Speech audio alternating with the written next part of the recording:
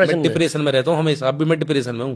Impossible गोष्टीला possible करणं ना हे मला येते, बट कोणत्या बाबतीत जे लोकांवर तीर उडलाय ना तो स्वतःवर घ्यायचा. मी असं का बोलत आहे हे ना तुम्हाला थोड्या वेळात खूप छानपणे कळणार आहे. आणि माझा दादा पहा किती हॅप्पी होता. आज निघत होतो आम्ही जालन्यासाठी. तुम्हाला माहित असणार आज आहे दादाचं लग्न.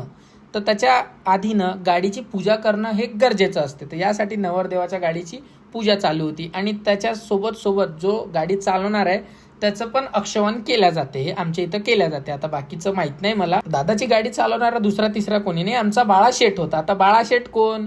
दादाच्या भाषेत म्हटलं ना तर खाली बाळा पूछेगा ना तो भोते, बाळा शेठ पूछो बोले, बाळा शेठ. पूजा आणि अक्षवण सगळं झालं आणि त्याच स्पीडने आम्ही बस पण काढून दिली. आता जे फोर व्हीलरवाले राहिलोय आम्ही ते निघत आहे, कारण बस थोडी स्लो चालते यासाठी बसला पहिले काढलं. आणि सध्या तुम्ही मागेच बसलोय, कारण दादा आणि बाळा दोघं पुढे होते.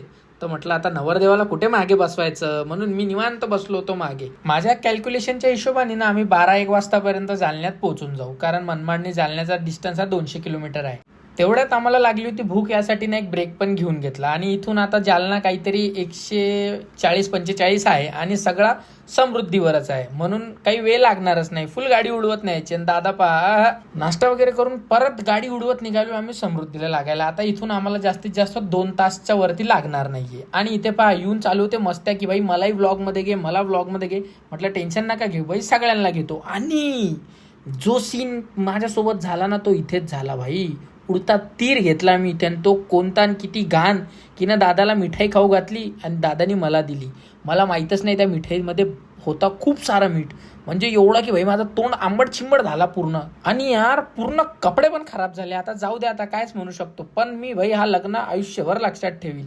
दादाच्या लग्नात जेवढा मी हळदीत भरलोय ना तेवढा आतापर्यंत कोणाच्याच लग्नात नाही भरलो.